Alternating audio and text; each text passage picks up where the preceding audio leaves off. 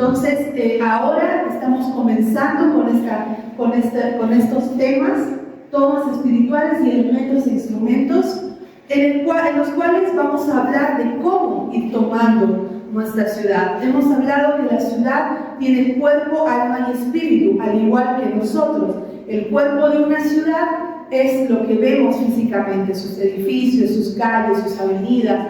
El alma de una ciudad es el pensamiento que la rige, ¿verdad? La cultura, todo lo que es el alma involucra esto. Y el espíritu de la ciudad es lo que la gobierna.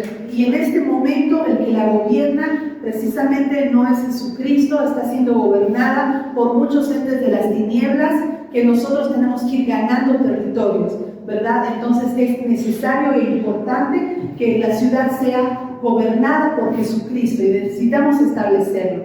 Entonces, en este tema que vamos a dar junto a mi hermana Jael, vamos a hablar sobre las tomas espirituales, sobre cómo tomar una ciudad y también lo que se necesita para tomar una ciudad, que son los elementos, ciertos elementos específicos. Aquí hemos puesto solamente algunos como ejemplos. Y la segunda parte, que va a ser el siguiente miércoles, que no se la pierdan, vamos a hablar de los instrumentos que se usan para tomar una ciudad. Bueno, vamos a continuar. Una toma profética. Un acto de toma profética, ¿verdad? El acto es una acción que hacemos, una toma, acción de tomar, ¿verdad? Y lo profético tiene que ver con lo que implica que es lo que se está hablando, dirigido e inspirado por Dios. Entonces, una toma profética son una combinación de estas dos palabras, que es el acto de avanzar, de tomar aquello que el Señor nos está mandando a hacer, nos está dirigiendo a tomar algo que el Señor nos está diciendo, ¿verdad? Nos está guiando. Entonces dice, cuando obedecemos y hacemos algo que Dios nos inculcó a hacer, nos instituyó a hacer, esto es un acto profético. Entonces, con esto que estamos haciendo, una toma espiritual, es un acto profético el cual estamos haciendo, tomando algo para el territorio de Jesús, ¿no es cierto?, del Señor. Entonces, las tomas proféticas son actos realizados bajo la dirección e inspirados por Dios. Únicamente tiene que ser así. Esto tiene que ser algo esencial. No podemos hacer una toma profética si nosotros no estamos seguros de lo que el Señor quiere hacer. Si el Señor no nos ha mandado a hacer eso, entonces nosotros no podemos ir y tomar nada de lo que el Señor nos está diciendo, ¿verdad? Entonces, tiene como propósito tomar posesión espiritual de un lugar, de una situación. Depende de lo que el Señor nos vaya guiando. Estos actos pueden incluir la utilización de elementos simbólicos como ser el vino, el aceite, el agua, la sal, y también instrumentos proféticos, ¿no es cierto?, con un compromiso de acción espiritual, creando un vínculo entre lo divino y estableciendo una frontera espiritual en el momento específico. Todo esto, todo este simbolismo que vamos a ir hablando en estos días, tiene su propio significado. Y todo esto tiene un peso a nivel espiritual. No por nada vamos a usar el aceite, el vino, la sal, el agua. Todo tiene un significado muy poderoso que a nivel espiritual tiene un peso. No es un simbolismo porque es bonito, porque queda bien, porque se ve wow, super cool. No, es por algo. Todo tiene un propósito. Entonces tenemos que entender que todo lo que se usa en una toma tiene un propósito y además tiene que estar direccionado por Dios. Si el Señor nos manda a usarlo, tenemos que obedecer. Si el Señor nos dice en este lugar, no ponen sal, no ponen vino, no ponen aceite, no lo tenemos que hacer. Por eso nosotros tenemos que estar conectados con el Señor, tenemos que estar escuchando su voz, tenemos que estar direccionados a Él y específicamente en el lugar donde Él nos quiera poner. Es importante que antes de realizar cualquier acto profético, cualquiera, se busque la dirección adecuada y y estemos bien informados sobre el significado de cada cosa. O sea, si nosotros mañana tenemos que ir a tomar un lugar específico, tenemos que ir preparados, tenemos que ir equipados y tenemos que conocer el simbolismo de cada cosa, de todo lo que vamos a utilizar, ¿verdad? Ahora, ¿cómo se realizan estos actos proféticos, estas tomas espirituales? Generalmente incluyen los siguientes puntos, lo cual es depende de lo que el Señor nos guíe. Por eso, lo primero es una oración, una oración específica, oración y entrega, una comunión con el Señor y una preparación en todo esto. Debemos conocer el lugar donde vamos a ir, debemos estar enviados a ese lugar donde vamos a ir y debemos saber lo que vamos a hacer, lo que el Señor quiere hacer. Sin la guía del Señor no podemos ir a ningún lugar, mis hermanos. Entonces, lo primero es eso, ¿no? Lo segundo es identificar el propósito. Es importante tener bien claro el propósito del acto profético, y este puede ser para la sanación de una tierra, para la liberación de una tierra, para bendecir un lugar o para proclamar una promesa divina del Señor. Tenemos que tener claro para qué vamos a ir hacia ese lugar. El tercero es el uso de elementos simbólicos. A menudo se van a usar estos elementos simbólicos y muchos otros más que vamos a ir aprendiendo. Por eso tenemos que estar preparados, tenemos que llevar nuestros elementos simbólicos. Después puede venir una declaración o una proclamación. Estando en el lugar, utilizando ya los elementos simbólicos que representan cada uno una cosa específica, entonces nosotros podemos comenzar a proclamar con la palabra del Señor lo que el Señor quiere declarar para esa tierra. Podemos ir proclamando decretos que el Señor quiera, podemos ir proclamando la palabra con versículos bíblicos que el Señor nos vaya guiando. Incluso algunas veces el Señor lleva a tomar estas palabras y escribirlas, ponerlas en estacas, ponerlas en piedras, como simbolismo de muchos actos proféticos que están en la palabra del Señor. En la palabra del Señor podemos ver a muchas personas, muchos profetas realizando este tipo de actos, tomando piedras, colocando altares, con el shofar, emitiendo diferentes tipos de sonidos de shofar que vamos a ir aprendiendo cuáles son, para qué sirven. También haciendo actos de girar, dar vueltas en una ciudad como fue Jericó, ¿no es cierto? El Señor les mandó a dar ¿cuántas vueltas?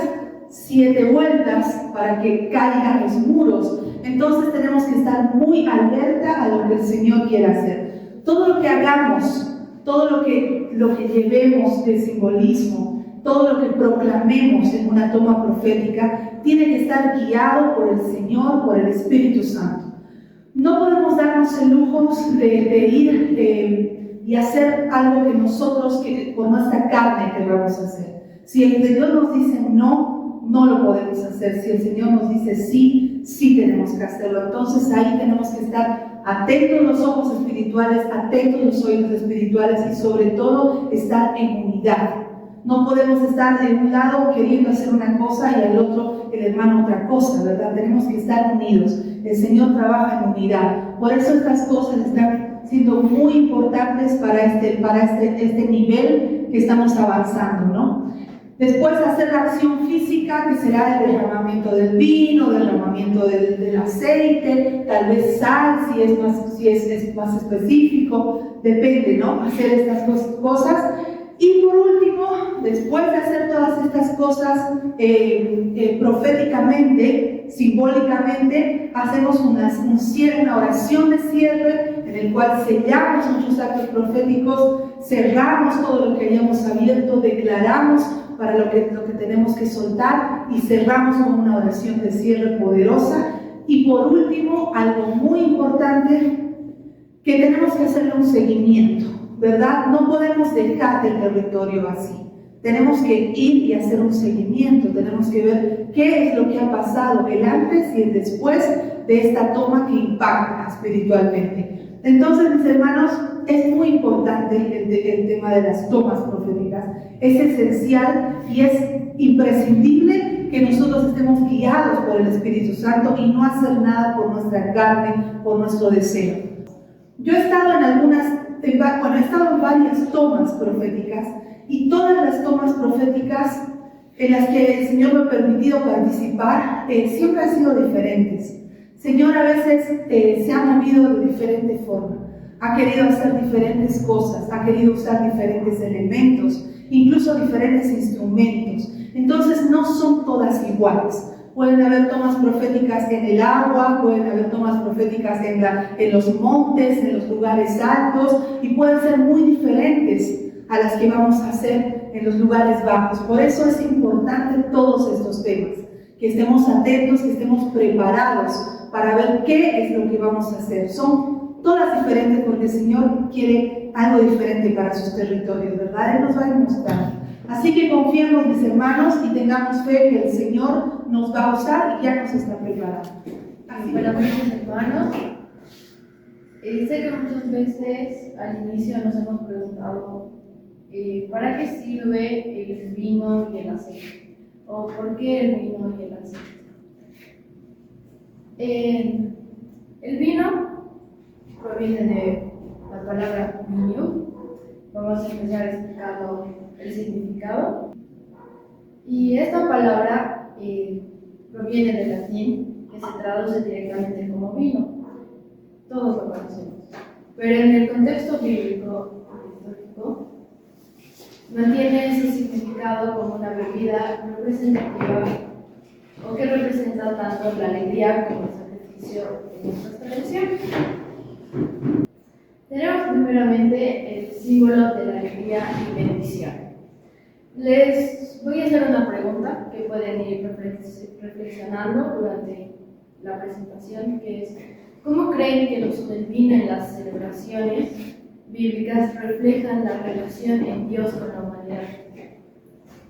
Podemos ver que el vino en la Biblia es frecuentemente asociado con la alegría y celebración. Esto podemos verlo en el Salmos 104, del 14 al 15, que menciona: Él hace producir el heno para el ganado y la hierba para el servicio del hombre, sacando el pan de la tierra y el vino que alegra el corazón del hombre, el aceite que hace brillar el rostro y el pan que sustenta la vida del hombre. Aquí el vino es representado como un regalo de Dios que trae la alegría al corazón del hombre. Pero es algo curioso que mencione todo junto el vino, el pan y el aceite,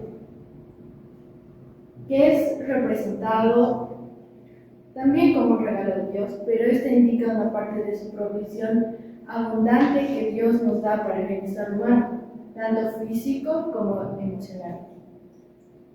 Podemos ver que Dios no solo provee lo necesario para la supervivencia, sino que también da dones enriquecedores en la vida, como el vino que alegra el corazón, que es una frase muy usada, pero esto resalta el carácter generoso de Dios, que no solo cuida nuestras necesidades, sino que también desea que experimentemos un gozo y plenitud.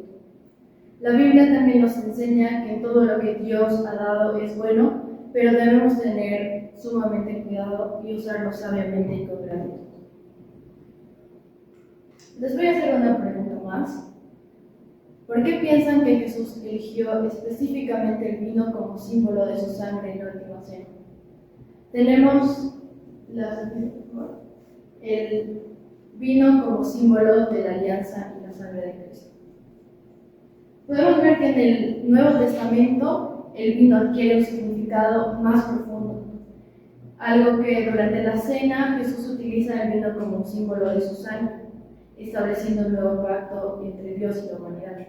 Esto podemos verlo en Mateo 26, 27 a 30, que dice: y tomando la copa y habiendo dado gracias, les dio diciendo: bebed de ella todos, porque esto es mi sangre del nuevo pacto, que por muchos es derramado por remisión de los pecados. Y os digo que desde ahora no beberé más de este fruto de la vida, hasta que aquel día en el que lo beba nuevo con vosotros en el reino de mi Padre.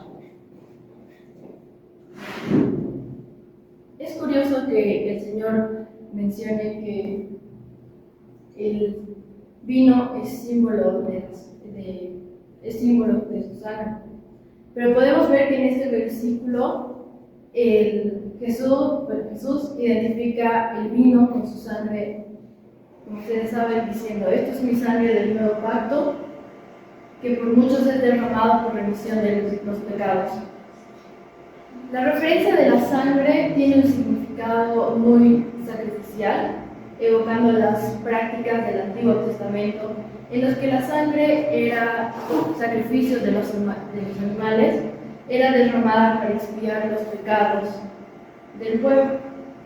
Pero al decir que el vino es su sangre, el Señor nos recalca mucho que este va a ser el sacrificio final y perfecto, sellando un pacto entre Dios y la humanidad. Este pacto no depende de sacrificios repetitivos, sino de la entrega única y suficiente de Jesús en la cruz.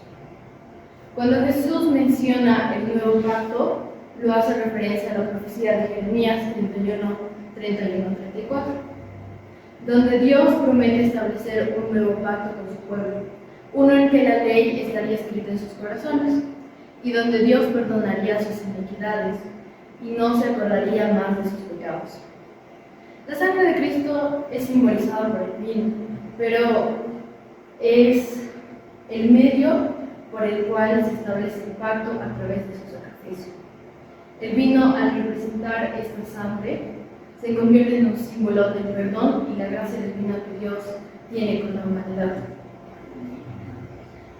Es algo curioso que Jesús añade de este fruto de la vid que no va a beber más, hasta que lo beba nuevo con nosotros en el reino de su Padre.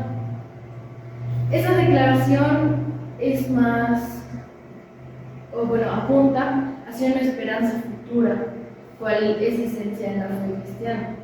Pero Jesús está anticipando un tiempo en el futuro, después de su resurrección y la consumación del reino de Dios, cuando Él compartirá nuevamente con sus discípulos.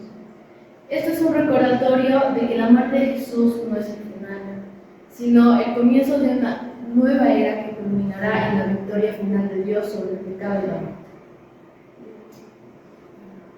Tenemos luego el vino como símbolo de juicio e ira de Dios. En los pasajes, en los versículos, el vino se utiliza como un símbolo del juicio de Dios. En el libro de Isaías 63:3, que dice: he pisado yo solo el lagar, y los pueblos de los pueblos nadie había conmigo. Los pisé con mi ira y los hollé con mi furor, y mi sangre salpicó mis vestiduras y manché todo mi ropaje. También tenemos en Apocalipsis 14:19-20, que dice: y el ángel arrojó su hoz en la tierra y vendimió la viña de la tierra, y echó las uvas en la gran lagar de la ira de Dios. Y fue pisado al lagar fuera de la ciudad, y del lagar salió la sangre de los frenos de los caballos por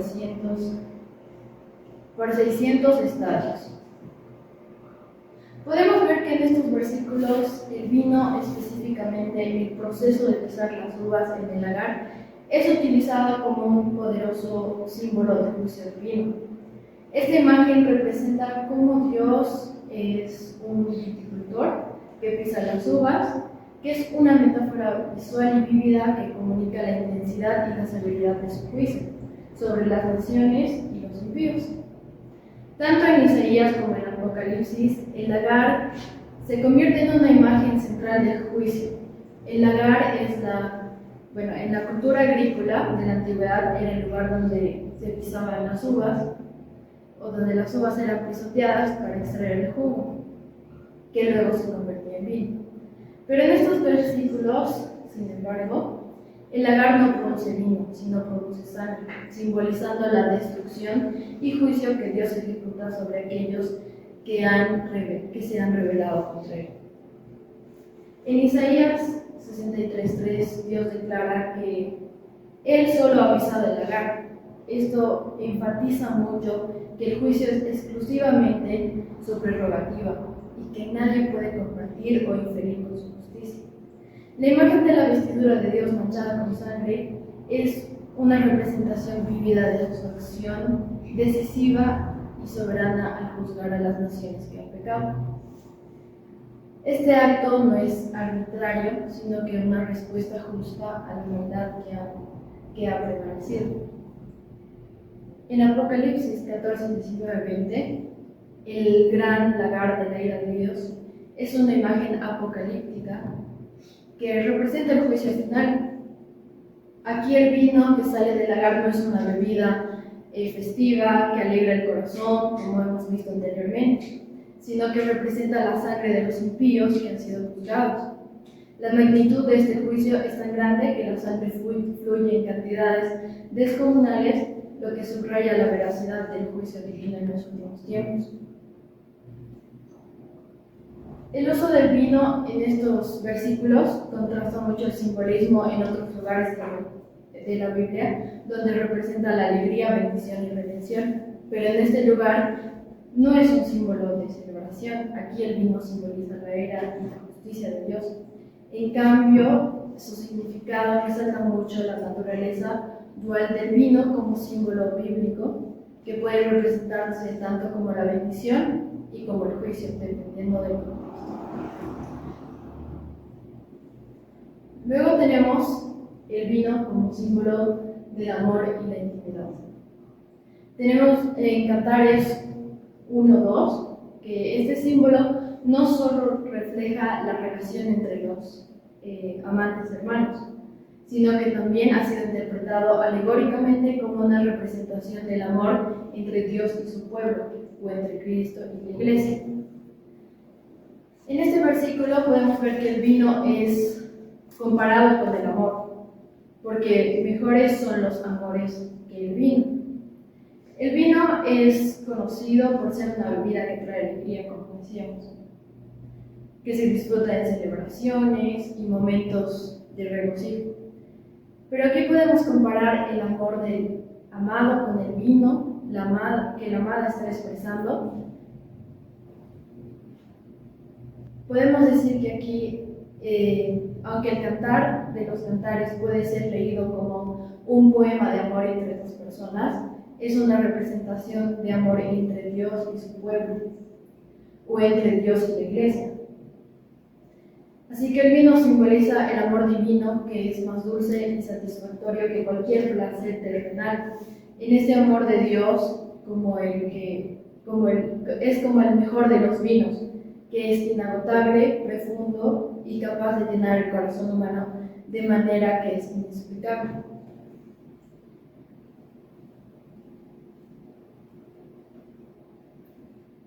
Luego tenemos el vino como símbolo de prosperidad y abundancia.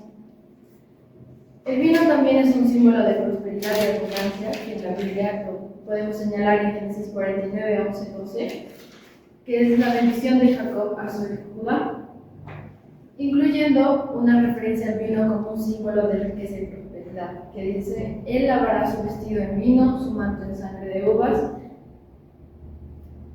En este versículo, el vino simboliza la fertilidad y la tierra, la abundancia que proviene de la bendición de Dios. Como vemos en este versículo, se encuentra un contexto muchas de las bendiciones que Jacob, también conocido como Israel, pronuncia sobre sus hijos antes de su muerte. La bendición dirigida a Judá es particularmente rica en imágenes y simbolismo que apunta al futuro de su tribu. En estos versículos, el vino representa como un símbolo de prosperidad y abundancia, destacando la bendición divina que Judá y su descendencia experimentarían. Y el vino simboliza la fertilidad de esta tierra y abundancia que proviene de la bendición de Dios. La referencia de lavar su vestido en vino y su manto en sangre de uvas es una imagen que refleja una prosperidad tan grande que incluso los actos cotidianos como lavar la ropa podían realizarse con vino. La abundancia del vino es un signo de tierra fértil y bendecida por Dios, lo cual era particularmente importante en una sociedad agrícola como de los antiguos israelíes. La mención de la sangre de uvas refuerza la idea de que la tierra de Jehová era fértil y productiva. El término sangre de uvas es una metáfora poética que se refiere al jugo de uva, es decir, al vino, que implica en las tierras de Judá que producirán una gran cantidad que lo llevará a una producción abundante de vino. Tenemos el vino como símbolo de transformación. En esto lo podemos ver en el milagro de Caná, en Juan 2:1-11, que Jesús convierte el agua en vino, lo que puede interpretarse como un símbolo de transformación y renovación. Este milagro no solo demuestra el poder de Jesús, sino que también prefigura la transformación espiritual que Él ofrece a través de su ministerio, llevando a una nueva vida y plena en Dios. El acto de convertir el agua en vino simboliza mucho la transformación espiritual que Jesús trae al mundo. El agua que era utilizada para la purificación, según la ley judía, es transformada en vino, un símbolo de gozo y abundancia en la Biblia. Este cambio de agua a vino prefigura la nueva alianza que Jesús establece, reemplazando las viejas prácticas como una nueva relación basada en la gracia y el poder de transformar de su espíritu. El vino producido por Jesús en este milagro es descrito como el buen vino, que es servido al final del banquete, contrario a las costumbres que tenían.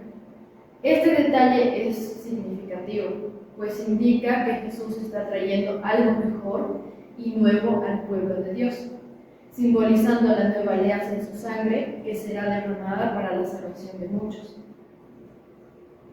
En el contexto de las Escrituras, el vino es a menudo la abundancia de un buen vino. En Caná representa la plenitud de las bendiciones que Jesús ofrece en una nueva alianza.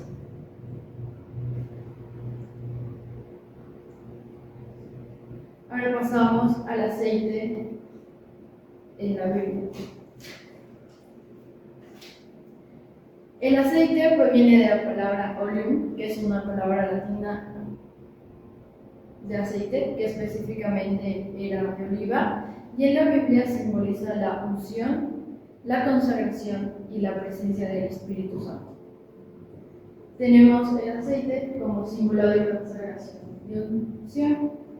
El aceite, particularmente el aceite de oliva, se utilizaba en la Biblia como símbolo de consagración y unción. En 1 Samuel 16:13, cuando Samuel unge a David como rey, se menciona: Samuel tomó el cuerno de aceite, y lo ungió en medio de sus hermanos. Y desde aquel día en adelante, el Espíritu de Jehová vino sobre David. En este versículo es importante el acto de ungir a David con aceite, que simboliza su consagración por Dios. El aceite derramado sobre David no solo era un simple ritual, sino que era un signo visible de que David había sido elegido por Dios para un propósito especial. Inmediatamente después de la unción, el versículo señala que desde aquel día en adelante el Espíritu de Jehová vino sobre David. Esto indica que la unción con aceite no es solo un acto simbólico, sino que también resultó con una infusión real del Espíritu Santo en la vida de David. Este es un punto clave, ya que destaca que la verdadera autoridad y poder en el liderazgo de David no era del mismo, sino del Espíritu Santo, que ahora reposaba sobre él. Hay una pregunta que dice: ¿qué relación encuentran entre la unción con el aceite en el Antiguo Testimonio y la obra del Espíritu Santo en nuestras vidas hoy? En este caso, la unción de David con aceite es una representación física de la unción espiritual que Dios estaba realizando en ese momento. El Espíritu Santo dota a David de la sabiduría, fuerza y otras cualidades necesarias para gobernar como un rey de Israel, según la voluntad de Dios.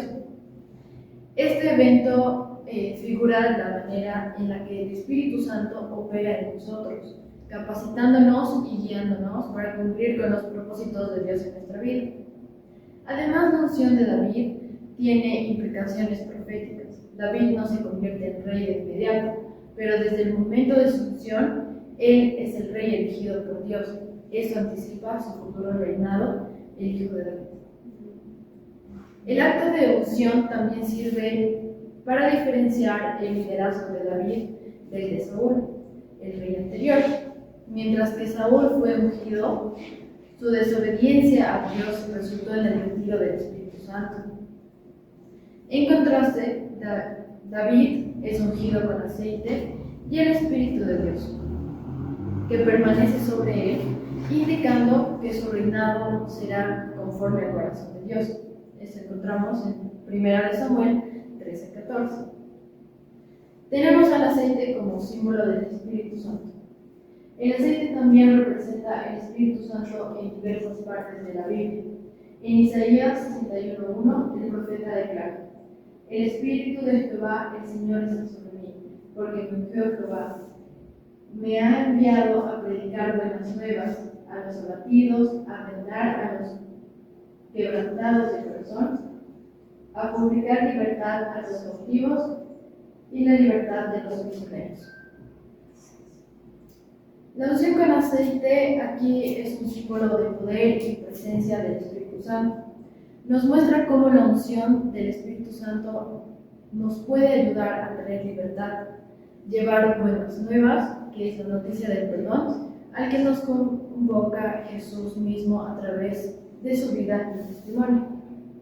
En Isaías 2:4 dice: a provocar el año de la buena voluntad de Jehová y el día de venganza del Dios nuestro, a consolar a todos los que están en duelo, a ordenar que los afligidos de Sión se les dé corona en lugar de cenizas, aceite de gozo en lugar de luto, manto de alegría en lugar del espíritu angustiado, y serán llamados árboles de justicia, planteo de Jehová para gloria suya.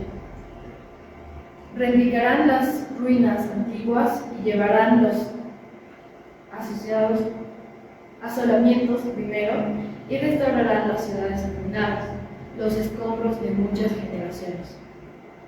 La unción con aceite simboliza la consagración y la dedicación a un propósito divino. En este caso es una señal de favor de Dios, de la presencia del Espíritu Santo en la vida del ungido. Este ungido es enviado para llevar a cabo una misión de sanidad, liberación y proclamación del favor de Dios. En el Nuevo Testimonio, Jesús se identifica como el profeta en Lucas 4:18-21, que dice: el Espíritu del Señor está sobre mí, por cuanto me ha ungido para dar las buenas nuevas a los pobres. Me han enviado a sanar a los quebrantados de corazón, a proclamar libertad a los cautivos y vista a los ciegos, a poner libertad a los oprimidos, a proclamar el año agradable del Señor.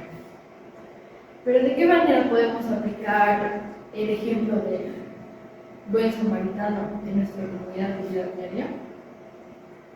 Aquí podemos ver en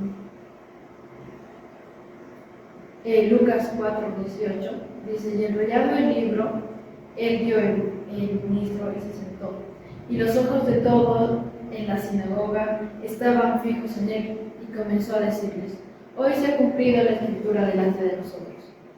Más adelante, en el versículo 3, se menciona que a los afligidos se les dará aceite de gozo en lugar de luto.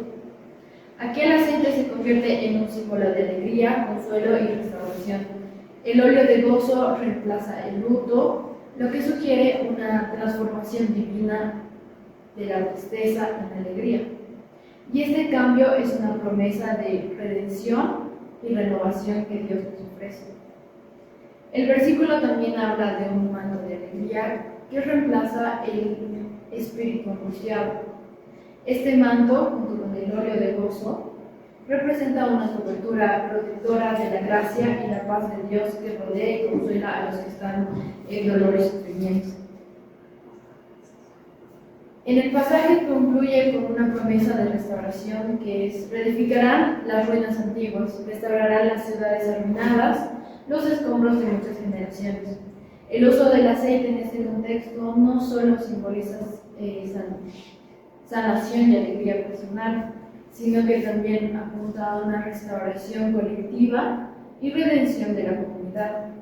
Las ciudades arruinadas y las generaciones pasadas serán restauradas, lo que refleja el poder transformador de Dios que alcanza a todos los aspectos de la vida. Tenemos el uso en el cuidado y sanidad. El aceite también tenía usos prácticos en la sanidad y el cuidado de la actividad. En Lucas 10:34, en la parábola del buen samaritano es mencionado: y acercándose, vendó sus heridas, echándoles vino y aceite, y poniéndole en su cabalgadura, lo llevó al mesón y cuidó de él. Quiero que se acuerden de la prédica del pastor, el domingo, de la misericordia, que va muy a mano con el uso del cuidado y la sanidad del aceite. Ya que el aceite en esta parte se utiliza como un agente curativo, pero mostrando el cuidado y compasión que debemos tener hacia los demás.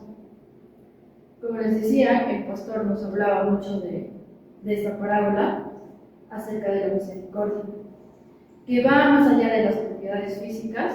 El uso del aceite, que también tiene un profundo significado espiritual, representa la misericordia y el amor desinteresado que el samaritano muestra al hombre necesitado.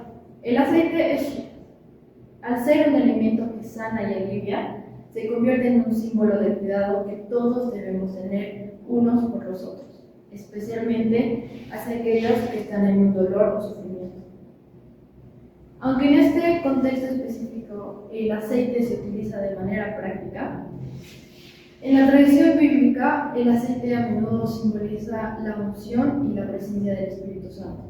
En un sentido más amplio, el acto del samaritano de aplicar aceite puede verse como una metáfora de cómo el Espíritu Santo trae sanación y restauración a nuestras vidas espirituales. Así como el aceite físico sana las heridas del cuerpo, el Espíritu Santo sana las heridas del alma y restaura a las personas al lugar donde pueden nuevamente ser funcionales y saludables en una vida espiritual y emocional. Para concluir, he sacado la conclusión de que el vino y el aceite en la Biblia no solo son elementos de la vida cotidiana, no solo es un elemento para cocinar, no solo es un elemento o que trae alegría al corazón, sino que también simboliza profundas verdades espirituales que a través de la presentación hemos podido ver, que son símbolos de alegría, sacrificio, juicio, prosperidad y la obra del Espíritu Santo.